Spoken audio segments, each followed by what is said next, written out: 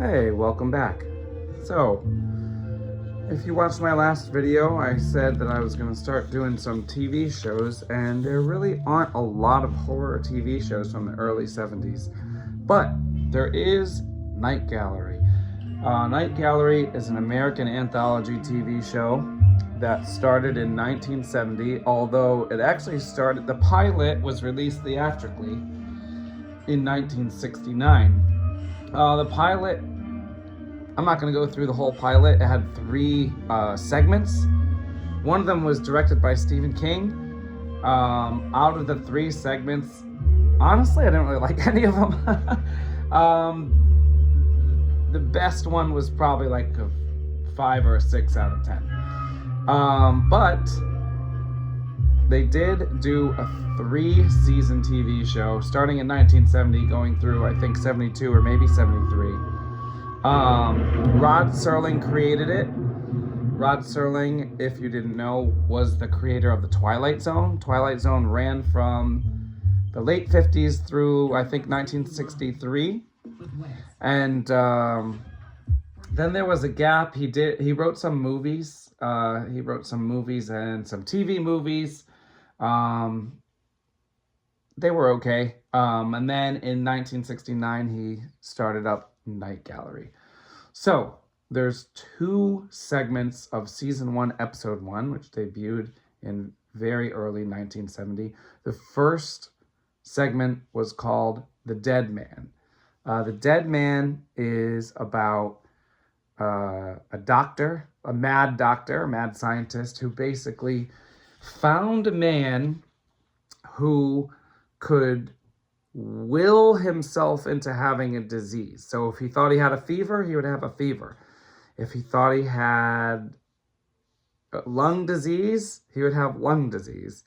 And then if the man thought he was cured, he would be cured.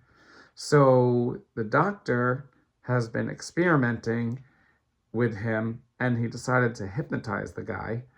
And when he hypnotized the guy, he could give cues by like knocking or banging on a table or a wall, and then subconsciously the guy would think he had some disease. So after he basically perfected it, he invited this other doctor over and basically showed him. And probably the coolest part of this segment is when the camera is looking at one of these other characters talking, and then it goes back to the guy who's hypnotized, and then all of a sudden he looks different, because one time he looked emaciated, then another time he looked all swollen, and you didn't really see his face most of the time, but you kind of saw like his shoulder and his arm. So considering the low budget, that was pretty cool. So the thing about it, actually this segment, The Dead Man, really packs almost a really full story into half an hour.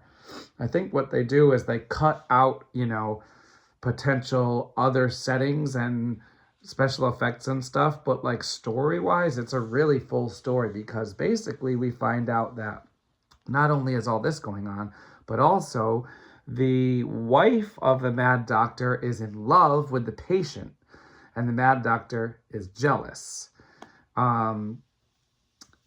And the patient, I guess, is in love with the wife too. So there's this kind of like cuck triangle thing going on. So the doctor gets his friend to come over and shows him. And then, some more stuff happens. I won't give you all of it, but it's fairly interesting. I'd give this one a 6 out of 10. It featured, let's see, who are the actors here? It featured Carl Betts, who was the doctor conducting the experiments. He was in Dangerous Crossing. I think that was either late 50s or early 60s. And then the visiting doctor is played by Jeff Corey. He was in City Across the River from 1949. Lady in a Cage, a really good thriller from 1964. It had James Caan in it. And I think Olivia de Havilland was in it too. And then he was in True Grit in 1969. And then he was in Beneath the Planet of the Apes, the second Planet of the Apes movie in 1970. The wife is played by Louise Sorel. She was in a British movie called The Party's Over with Oliver Reed in 1965. And then the guy who plays the patient is Michael Blodgett, who was the lead actor in The Velvet Vampire, which I did a video for. That was in 1970. 70, I think. Maybe 71, but I think 70. The second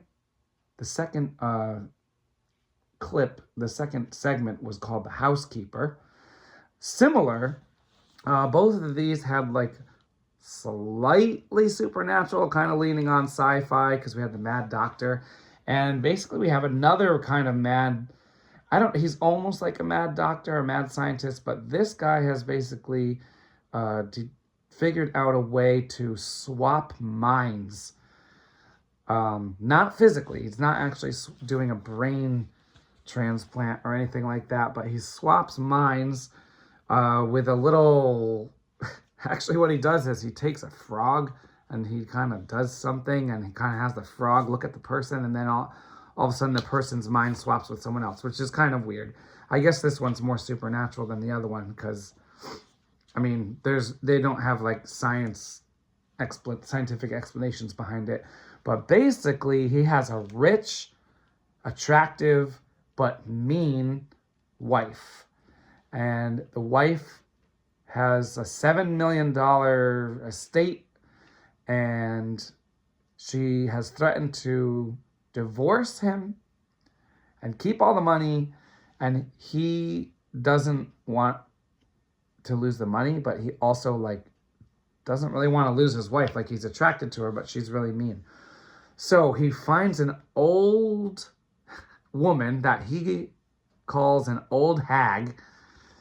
He hires her to be the housekeeper, which is why it's called the housekeeper, but he tells her, I'm going to swap your mind with my wife, so that way you, a nice woman, can be in my wife's attractive body, and then we can like live together, and if you don't like it, we can get divorced and we can split all her money. And so the lady reluctantly agrees, and then the swap happens, and then I won't tell you what happens after that. So that one was interesting. I give both segments a 6 out of 10. This second segment, The Housekeeper, was directed by John Meredith Lucas, who wrote The Dark City, which is a good movie from 1954 that featured Charlton Heston and Kirk Douglas. And it features Susie Parker and Jeanette Nolan as the wife and the old woman, respectively. And both of them were in the 1966 Wax Museum film Chamber of Horrors. So season 1, I would say, is stronger than the entire pilot. The pilot ranged from boring to just like extremely boring, basically. And I give this season 6 out of 10 because both segments get 6 out of 10. My goal here is to drop a review of 1 episode per week at least. I think if we go through 1970 and 71, there's something like 16 episodes. I don't really want to take 16 weeks to do it, so maybe I'll try and do 2 a week, but we'll see what we can get through. All right, see you soon. Thanks.